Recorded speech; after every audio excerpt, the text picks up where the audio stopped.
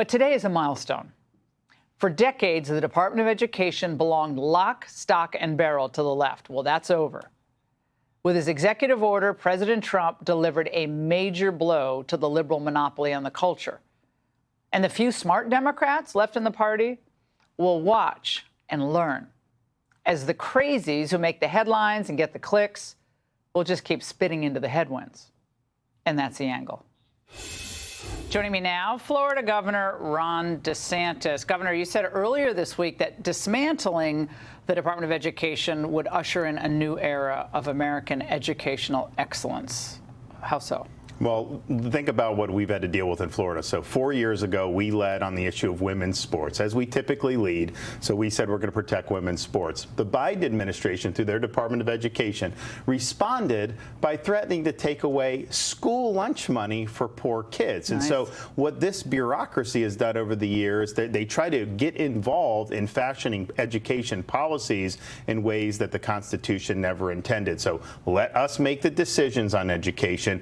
We're obviously going to approach it much different in Florida than California. I mean, we have universal school choice.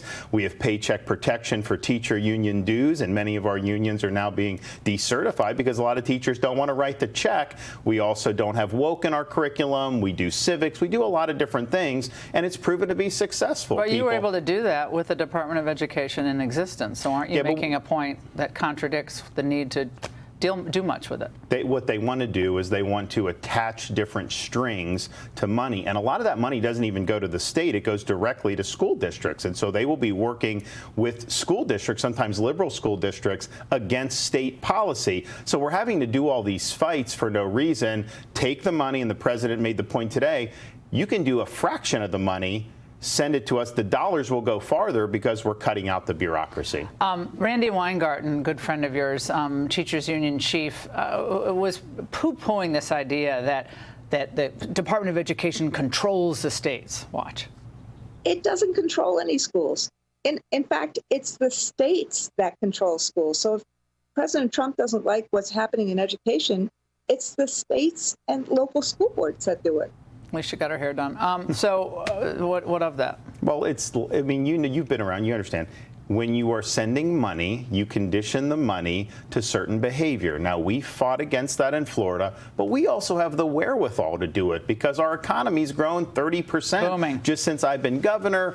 We've got a big surplus, but not every state is in that situation. And whatever they've done thus far, which has been intrusive, they will do more in the future. And so we know this just hasn't worked.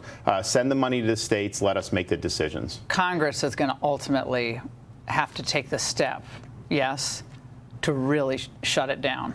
I think what President Trump can do is I think he can, from the inside, neuter the organization. But it will not be wiped off the statute books by an executive order. That has got to come from the Congress. First, let's give President Trump credit. We've been talking about for 40 years, Republicans. Since I was at the Department of Education. Getting rid of it, and it's never happened. This is the biggest step by far. But the congressmen all run saying you can't win a Republican primary in this country as a Republican saying you want to keep the Department of Education. So it should be a no-brainer. And so why aren't they voting to codify? But this is like so many other things President Trump's done. They're not codifying his immigration executive orders. They're not codifying these things. So while this is good policy in the instant, we want it to stand the test of time. Congress has to be the ones to do that. Will they? Do you think? If history is any judge, probably not. I mean, we're talking about the courts. You know the courts as good as anyone. Limit the jurisdiction. Congress can limit the jurisdiction of the courts. That is plain in the Constitution. It doesn't require 67 votes in the Senate. You can attach it to a CR. You can attach it to a must-pass bill. And here's the thing.